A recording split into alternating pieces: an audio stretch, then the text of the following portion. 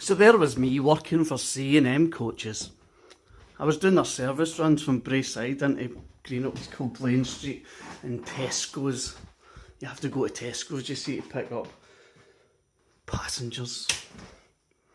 I was unaware it was an unwritten rule to not use Tesco's. I found this out because on one of my runs going round to Tesco's, the very people that were stalking me had planked my ex-girlfriend, who we will call Miss Docherty of the Legal and Planning Department of Inverclyde Council. And they had her standing in the petrol station. This was to let me know that I would be setting fire. They would use the petrol station on numerous occasions to threaten me. But they had her standing there, wearing kind of clothes that she doesn't wear. She's not a slapper. She's not a slut. But they had her wearing thigh-high red leather boots. I don't know who turns up with a pair of jeans and a winter jacket on with a pair of red thigh-high boots. Now, I assume that Miss Docherty thought she was shining me on and trying to encourage me to partake in a little bit of flirting with her. But because of the brainwashing they did, I'm afraid to tell you, Miss Docherty, what they were telling me was if I continue to go round to Tesco's with the bus, they would chop her fucking legs off.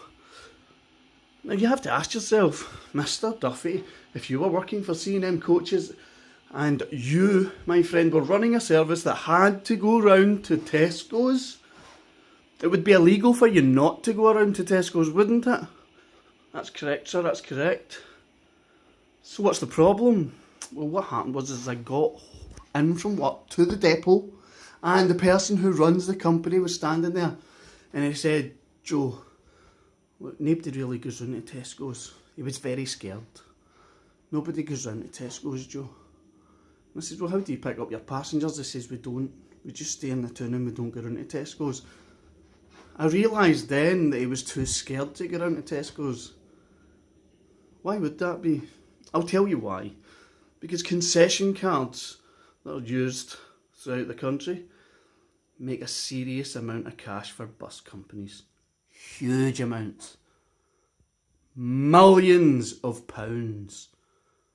But if somebody else is cutting into that, which they should be, you would receive slightly less money.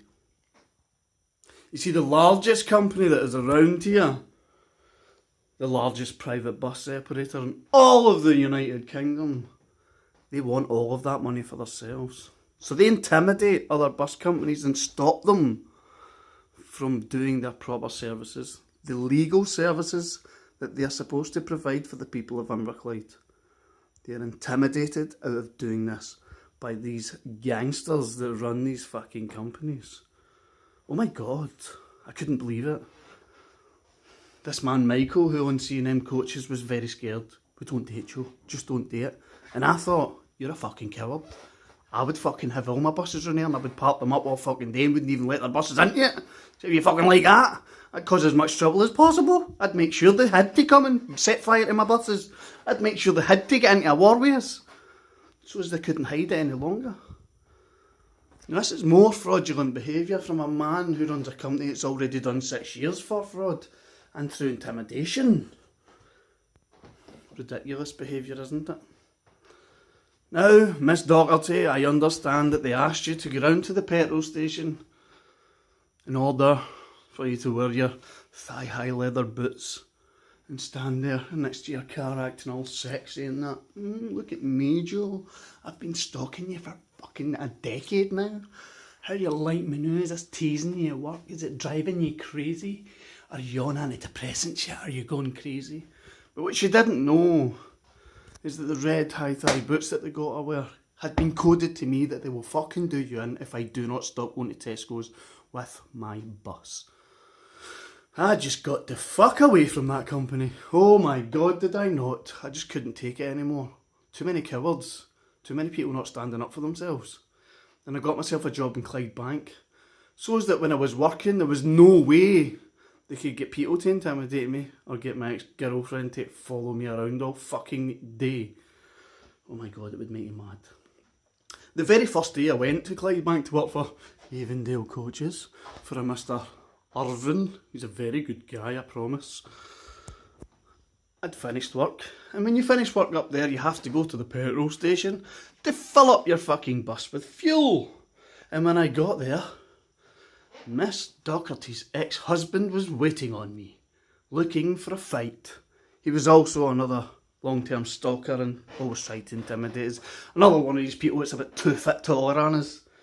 They kind of seem to pick somebody that's my size to come and fight me because they know I'll just beat the fuck out of them.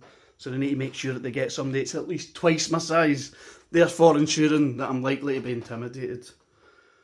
The reality of the matter is these fucking idiots don't know when to fuck off. Stop making fake profiles. Stop stealing my videos. I mean, I know stealing is your thing, but those videos belong to me and they're on my page. So don't go fucking nicking my shit. Get your own and come up with your own patter. Put your own pictures on your profiles and come up with your own names. I don't like thieves. I don't like ugly thieves. I certainly don't like bullies. Not at all. I've never liked bullies. I've been standing up to bullies since I was a little child. It doesn't matter if they were bigger than us. I would still fight them all. One way or another, I would stand up for myself. The first crowd I ever had celebrating who I am wasn't playing music. It was battering fuck at a bully. Oh my god, I enjoyed it so much. I'd put up with so much shit for 2 years off of these bastards. Oh my god. And one day I snapped. And I beat the living fuck out of that bastard.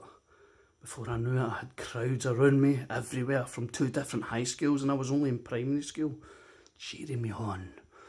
Oh, the feeling I got, I wanted to kill the bastard, and I tried to as well. I fucking threw him right out onto the road in front of cars and tried to kill the bastard. I was probably only about 11 years old.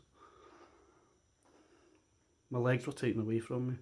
Before I knew it, I was no longer on the ground and had zero purchase. I thought, what the fuck's happened here? Luckily, someone had told my father I'd went chasing after someone. My father had eventually caught up with me and pulled me off them. My father wouldn't be able to pull me off any cunt anymore. So could you fuck off, people?